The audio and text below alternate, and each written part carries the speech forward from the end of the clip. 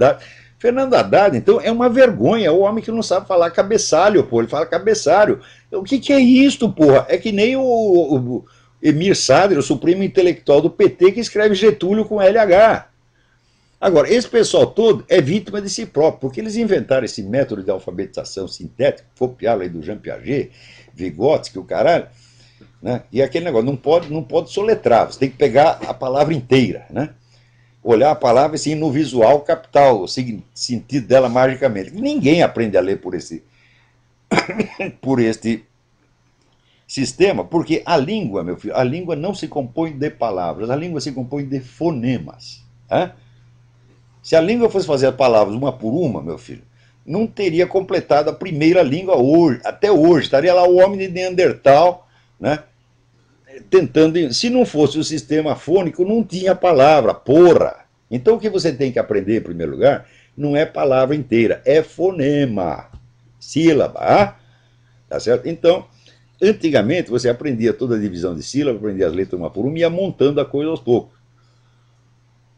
E gradativamente você ia pegando as articulações entre os sons do idioma, né? Então você tinha, como diz Dante, a gramática é a construção material da linguagem. Então a construção material se constitui eminentemente de sons. Esses sons em si mesmo não fazem sentido algum.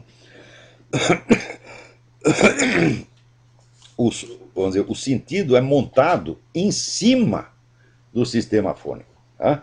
Agora, se não pegou o sistema fônico, meu filho, a sua apreensão de sentido será deficiente pelo resto da sua vida.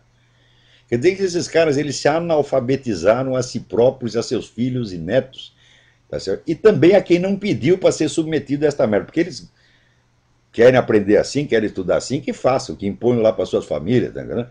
Mas impuseram para todo mundo. Então, todo mundo que tem, vamos dizer, de 50 anos para baixo, todo mundo foi mal alfabetizado no Brasil. Todo mundo, sem exceção. A não ser aqueles que tiveram, vamos dizer, a sorte de sair para um país onde ainda existia, né, um ensino de linguagem na base tradicional. Aqui nos Estados Unidos, a gente vê que até hoje, com todas as mudanças desastrosas que houve no ensino, o ensino da linguagem ainda é bastante eficiente. O pessoal é obrigado a ler um montão de coisa, a fazer ditado, né? Ditado é considerado uma imposição autoritária. A criança tem que fazer uma criatividade, ela tem que, né? Chega lá na escola, ela já tem que escrever Hamlet ou os Lusíadas na primeira, para não reprimir a criança, né? Onde já se viu ficar ensinando fonema? Ora, porra! Né? Que humilhação ensinar fonema para criança, né? Então, resultado. Se a pessoa não tem o ouvido afinado para todas as distinções e articulações de fonemas, a leitura dela vai ser deficiente por causa disso, mesmo que ela adquira alta cultura. O sujeito pode estar lendo Kant, ou Goethe, ou Shakespeare, né? A compreensão dele ainda será deficiente. Então eu recomendo às pessoas, olha, você é professor universitário, você é jornalista, etc, etc, né? Você vai, claro que você vai ter que adquirir a cultura superior, mas também você vai ter que voltar atrás e aprender a tomar ditado. Aprender para copiar um texto. Porque, veja, o ensino na Idade Média, que começava aos 14, 15 anos, que eu acho certo, né? Ele, em primeiro lugar, ensinava o sujeito a copiar um texto. Copiar ou de outro texto, ou copiar por ditado. E ficava naquilo anos a fio. Como se faz na China até hoje. Por que você acha que a garotada chinesa, em todo lugar que vai o chinês, ele tira os primeiros lugares nas universidades, na escola média, etc. Por quê? Porque aprendeu assim desde o início. O sujeito, para começar, vamos dizer, para ele dar um peido em língua chinesa, para ele dizer, mãe, quer um sorvete, ele tem que aprender 5.000 fonemas, aprender de cor. E daí o pessoal vem, os teóricos, e fala mal da decoreba. Digo, olha aí, meu filho, a decoreba chinesa como rende. Agora vocês, com as suas teorias científicas idiotas, tá entendendo? Criado por aqui, Piaget, eu já mostrei que Piaget é um cretino sobre vários aspectos, embora não seja cretino sempre, mas comete cretinices assim, imperdoáveis, vamos dizer, imperdoáveis num professor de ginásio, quanto mais num sujeito que pretende ser o educador da humanidade. E como educador, a Piaget tem que ser jogado no lado do lixo, né? É verdade que depois veio o Feuerstein, deu lá uma recalchutada no Piaget, até está funcionando um pouquinho. Mas não se iludam que a mera aquisição de cultura superior vai corrigir deficiências de base que estão na sua apreensão auditiva dos fonemas. Não vai corrigir. Você vai ter que voltar lá e aprender tudo. Porque vocês estão que nem um garoto que aprendeu a andar de bicicleta antes de aprender a andar a pé.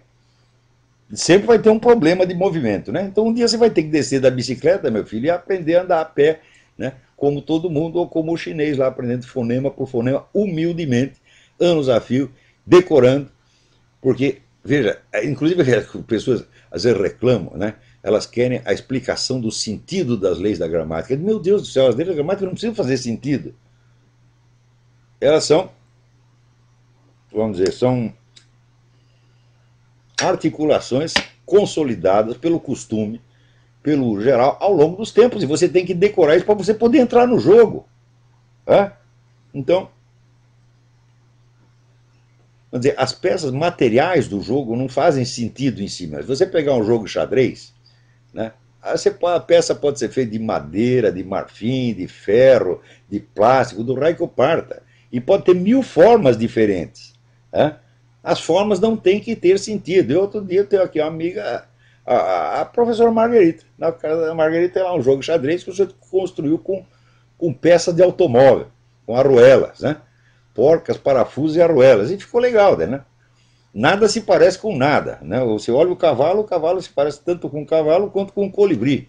Mas está no lugar certo, então funciona. Então, o substrato material da linguagem, meu filho, ele não precisa fazer sentido. O sentido é o que você vai obter a partir da montagem fônica. Daí você pega o sentido. Né?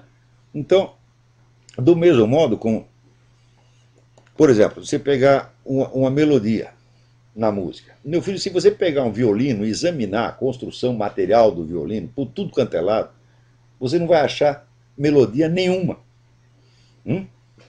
Então, primeiro tem que construir o violino, meu filho. Não adianta você, né, estudar, conhecer todas as músicas, todas as melodias mais maravilhosas do violino, se não tiver o violino materialmente. E a construção material do violino não obedece às mesmas leis da construção da melodia. São coisas completamente diferentes.